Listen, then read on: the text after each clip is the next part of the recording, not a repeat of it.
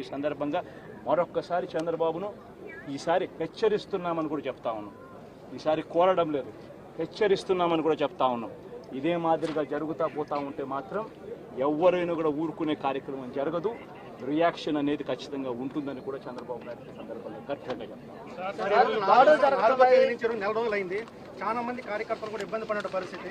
కార్యకర్తలను వదిలేసి ఈ రోజు భారత రాజ్యాంగ వ్యవస్థని నిర్వీర్యం చేసే విధంగా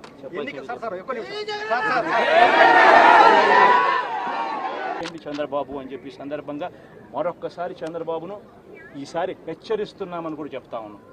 ఈసారి కోరడం లేదు, హెచ్చరిస్తున్నామని కూడా చెప్తా ఉన్నాం. ఇదే మాదిరిగా జరుగుతూ పోతూ ఉంటే మాత్రం ఎవరైనా కూడా ఊరుకునే కార్యక్రమం జరగదు.